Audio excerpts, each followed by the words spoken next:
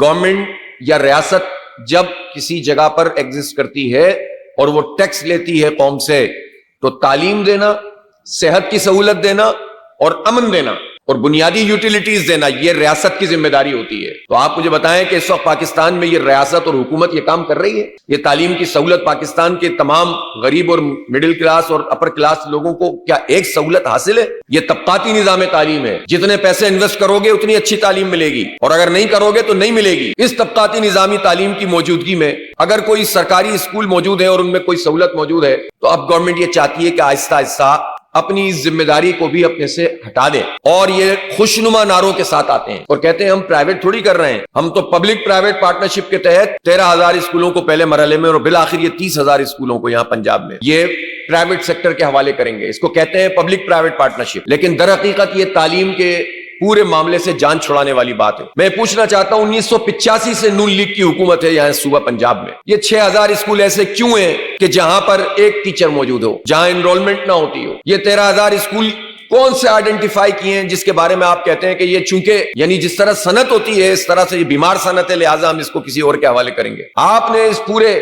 40 سال کے عرصے میں یہ جو اربوں روپے کا بجٹ ہوتا ہے، پنجاب کا تعلیم کا بجٹ 595 ارب روپے کا ہے، اور افسوس کی بات یہ ہے کہ اس میں سے 537 ارب روپے غیر ترقیاتی بجٹ ہے۔ صرف تعلیم کے فروغ کے لیے تو 57 ارب روپے رکھے ہوئے انہوں نے تقریباً 10%۔ کوئی ہے پوچھنے والا؟ یہ کیسا پاکستان ہے کہ جس میں آپ سرکاری اداروں کا مطلب یہ ہے کہ یہ مزید تباہ ہو جائیں گے، برباد ہو جائیں گے، اور اس میں پھر چال یہ چلتے ہیں کہ نہیں ہم پبلک پرائیویٹ پارٹنرشپ کے تحت ابھی 5-6 ہزار اسکول دے رہے ہیں، پھر 8,000 اسکول دیں گے، اور ابھی ہم پیسے تو لے نہیں رہے۔ بھائی آپ جن لوگوں کو یہ دیں گے ان میں سے کچھ لوگ تو ہوں گے جو بڑے اچھے طریقے سے اس کام کو کر لیں گے، اس میں کچھ NGOs بھی آ جائیں گی، وہ NGOs بھی اچھی ہوں گی، اچھے طریقے سے چلائیں گی، لیکن وہ جو 10% NGOs یہ اچھا کام کریں گی، 90% اس کا احتمال ہوگا کہ یہ ادارے بالآخر ان کی زمینیں، ان کا پورا انفراسٹرکچر چند افراد اس کو جو ہے وہ پوری طرح سے استعمال کریں گے، اور آہستہ آہستہ حکومت اس پورے تعلیم کو سمجھتی ہے کہ یہ بوجھ ہے اور اس سے اپنی جان چھڑانے لگے گی۔ اگر آپ کو اتنی محبت ہے تعلیم سے تو آپ 40 سال میں آپ کی گورننس کیا ہے پھر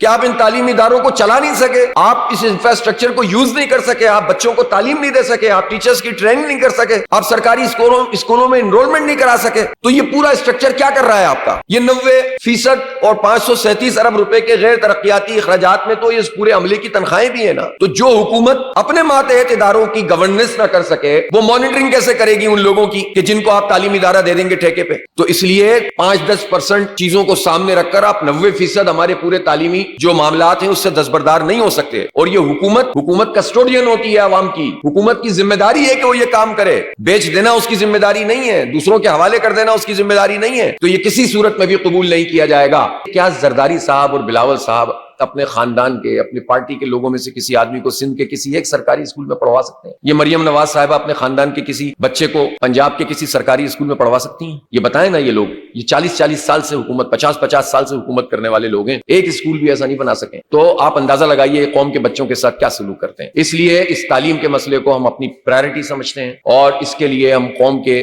مڈل کلاس اور غریب لوگوں